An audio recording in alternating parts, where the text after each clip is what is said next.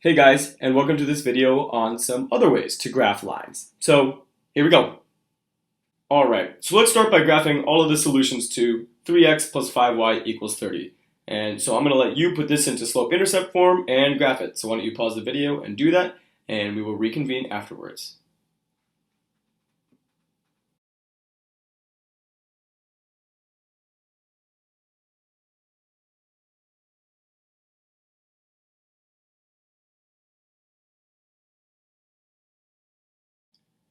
Alright, so not so bad. Once you put it in a slope-intercept form, we found that our y-intercept was 6, and our slope was negative 3/5, meaning every 5 units we went to the right, we went 3 units down. We were able to find a whole bunch of points and sketch our graph. And we also found our x-intercept of 10, which is very clear from our graph. Now my claim is that for this equation, there's actually a much easier way to graph it accurately and quickly. So note, because we're trying to graph a line, all we need are 2 points. And once we have 2 points, we can extrapolate that pattern in either direction and come up with an accurate graph for our line. So, how do we find 2 points given this original equation? Well, my claim is, why don't we just find the x-intercept by setting y equal to 0, and find the y-intercept by setting x equal to 0. So why don't you quickly pause the video and find each of those from this equation.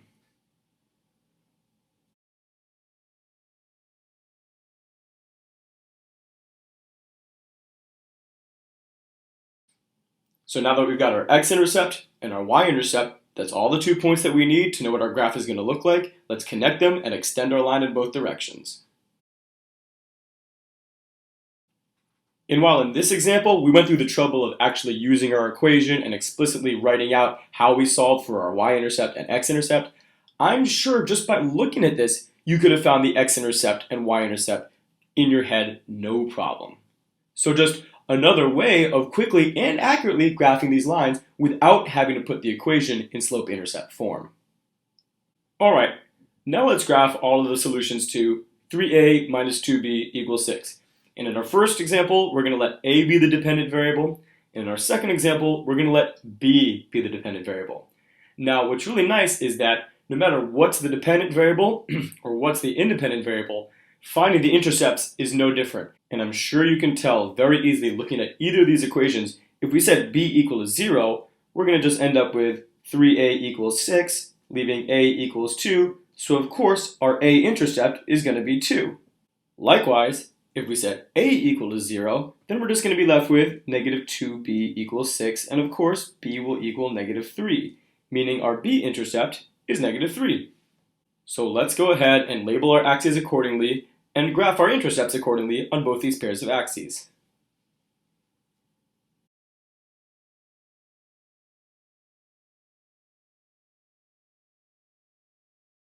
And now in theory, because we have 2 points, we can connect them and extend our line to make our graph. Now, because these two intercepts are relatively close to one another, what I would suggest is finding the pattern of how the dependent and independent variable changes between them and then extrapolate that in both directions. So for instance, in our first one, where a is the dependent variable, it appears that every 3 units we move to the right, we move 2 units up. So let's go ahead and extrapolate that in both directions.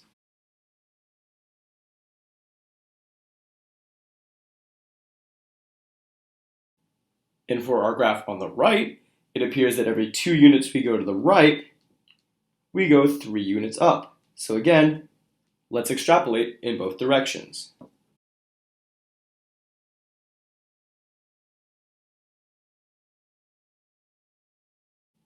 And recall, I know these two graphs look slightly different from one another, but that's because we switched what was the dependent variable and independent variable. In fact, they both capture the exact same relationship. They both capture all of the infinitely many solutions to 3a minus 2b equals 6. And what I'd like to do is put both of these in a slope-intercept form, one with a being the dependent variable, one with b being the dependent variable, just to show that our graphs absolutely are accurate.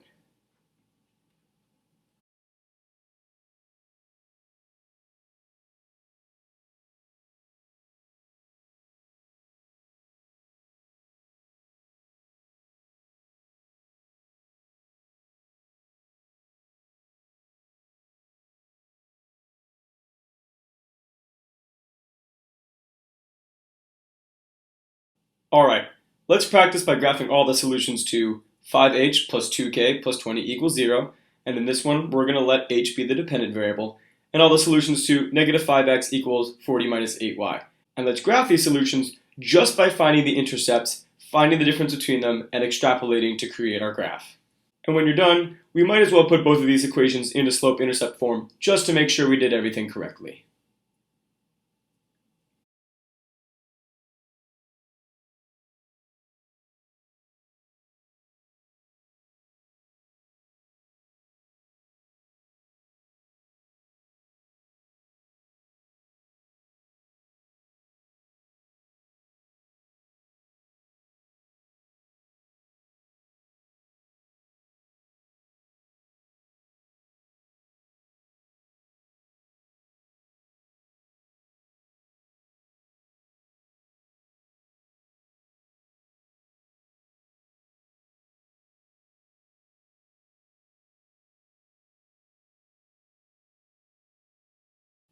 Alright, here's an equation that's going to prove a little bit more difficult than the ones we've done so far. Now, before we define which variable is our dependent variable and which one is our independent variable, let's just go ahead and find the g-intercept and d-intercept. So please pause the video and find those two intercepts.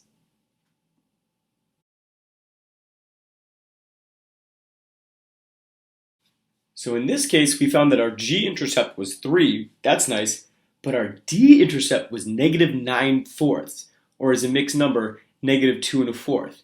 Now I'm sure we could do a pretty good job eyeballing that on our graph, but in general, we want to try to graph as accurately a graph as possible, and so eyeballing just isn't part of the equation.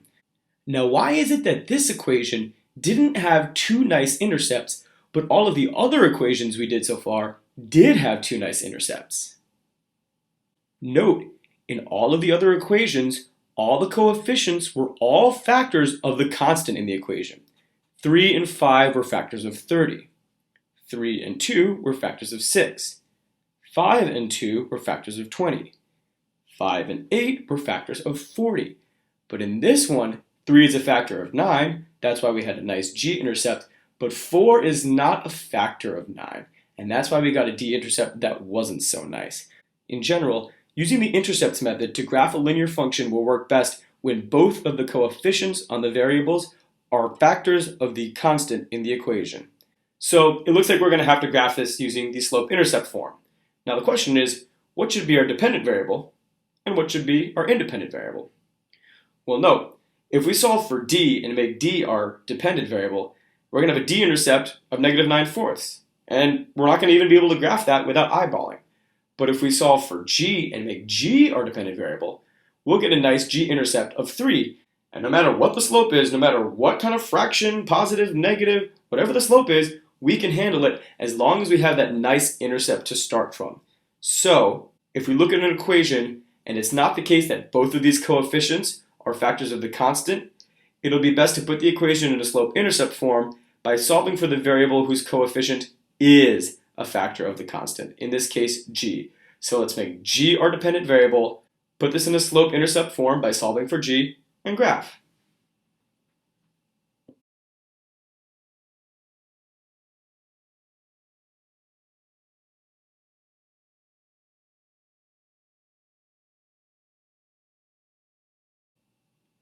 Alright, so in this case, we had to put the equation in a slope-intercept form. Now note, before we found a d-intercept of negative 9/4, about negative 2 1/4, and when we zoom in on our graph, that's absolutely confirmed. Alright, let's practice that last skill by graphing all the solutions to negative 5w plus 4h equals 12. So you decide which variable should be the dependent variable, put it in slope-intercept form, and go ahead and graph this equation.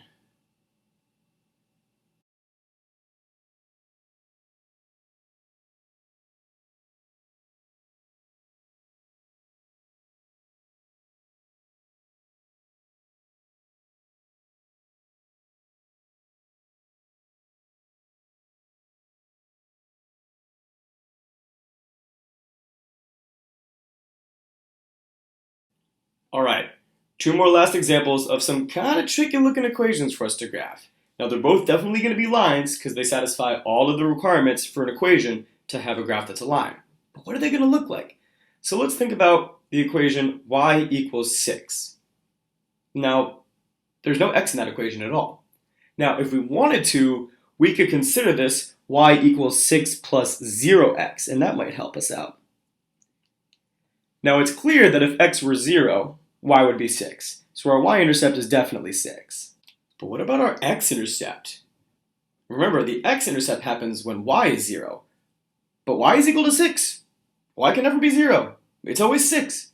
So what does that mean? If we have a line that, of course, goes on and on forever and ever in both directions, but it never hits the x-axis, that means it has to be parallel to the x-axis. And so the graph for the equation y equals 6 is going to be a line parallel to the x-axis going through the point 0, 6, because that's our y-intercept. And in fact, whenever we have an equation of the form dependent variable equals a constant, just some number, then it's going to be a horizontal line. And of course, the slope of a horizontal line will always be 0. And here are some examples of these horizontal lines.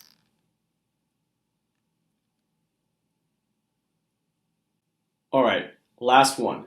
Let's graph all the solutions to the equation x equals -3. Now in this equation, we don't have any y's. Well, at least I'm sure we can agree that the x-intercept is going to have to be -3. But what about the y-intercept? The y-intercept happens when x is 0, but x is -3. It's never 0. It's always -3. So this equation, when we graph it, has no y-intercept. And so if this line, which goes on and on forever and ever in both directions, never intersects the y-axis, that means this line has got to be parallel to the y-axis. So the graph of the equation x equals -3 is going to be a vertical line parallel to the y-axis going through the point -3, 0, which is our x-intercept. And in general, whenever we have an equation of the form independent variable equals a constant with no variables, just a number, that graph is going to be a vertical line. And the slope of a vertical line, many people are tempted to say that the slope of a vertical line is infinitely large, but in fact, we say that the slope of a vertical line is undefined. And here are some examples of those vertical lines. That's it for this video, guys. I hope you found it helpful, and I hope you enjoyed.